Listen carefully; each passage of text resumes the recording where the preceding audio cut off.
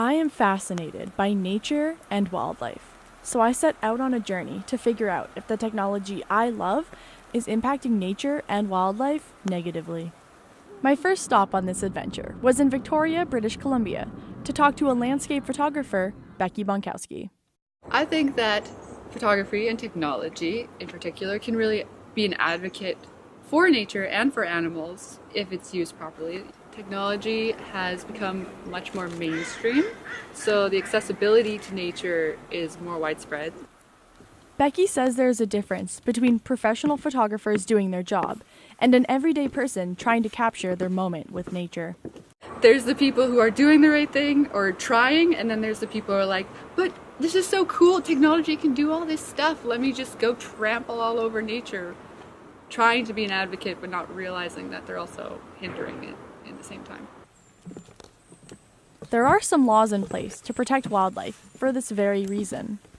A lot of national parks have it, you can't fly drones in them, which I totally agree with. People are mad about those rules, but it's like, come on, you need to have the awareness that that space is nature, it's wild, it's meant to stay wild. That's the whole reason it exists, so why not try to keep it like that and protect it as it is? Back home in Calgary, Alberta, an ecotourism student at Mount Royal University, Bennett Pereira, expresses his love for nature.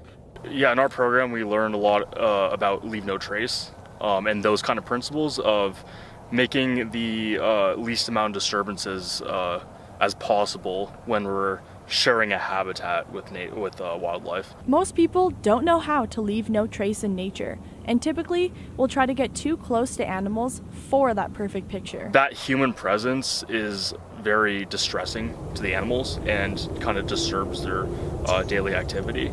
That's kind of just due to people's pursuit of sharing their experiences online. Now that smartphones and cameras are more accessible, it seems as though we want to get closer to animals to document the interactions we have. And there's been a couple interesting yet very sad incidents that have happened in recent past I've heard of. A bunch of tourists actually scared a moose into a lake, and everyone was taking pictures of it to the point where it didn't want to get out of the water and it ended up drowning.